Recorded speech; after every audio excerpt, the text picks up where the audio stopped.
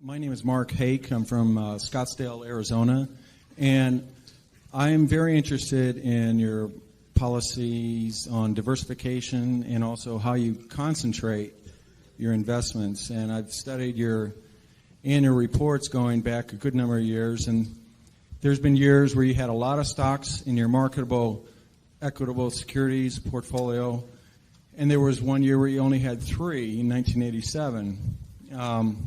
So I have 2 questions. Given the number of stocks that you have in the portfolio now, what does that imply about your view of the market in terms of, is it fairly valued, that kind of idea? And second of all, it seems that whenever you take a new investment, you never take less than about 5% and never more than about 10% of the total portfolio with that new position.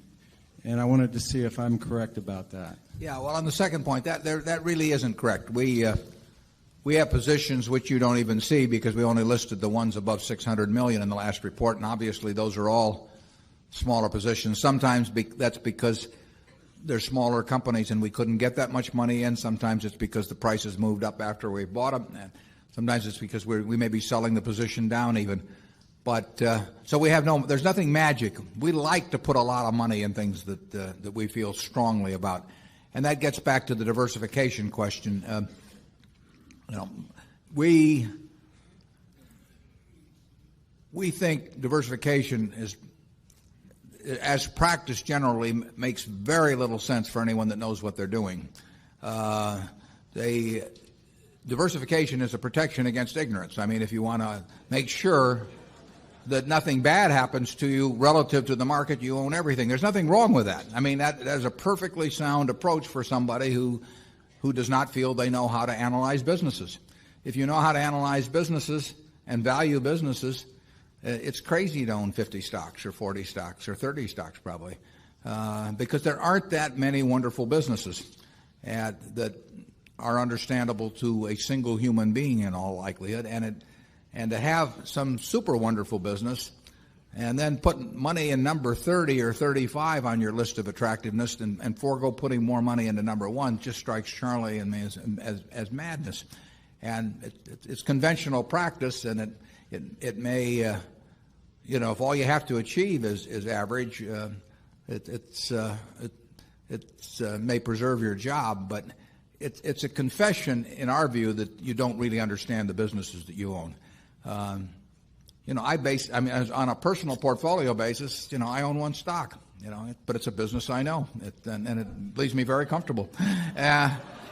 So, do I need to own 28 stocks in order to, have proper diversification? It'd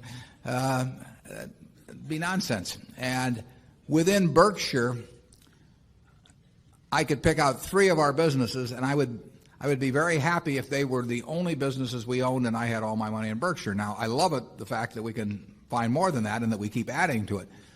But 3 wonderful businesses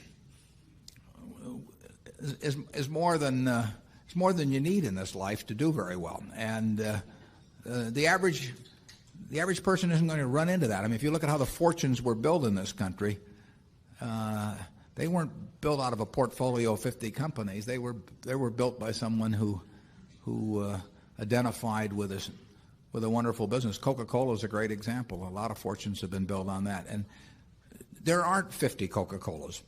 There aren't 20. If there were, it'd be fine. We could all go out and diversify like crazy among that group and get results that would be equal to owning the really wonderful one. But you're not going to find it. And the truth is you don't need it. I mean, if you have a really wonderful business is very well protected against the vicissitudes of the economy over time and the competition. I mean, we're talking about businesses that are resistant to effective competition. And 3 of those will be better than 100 average businesses.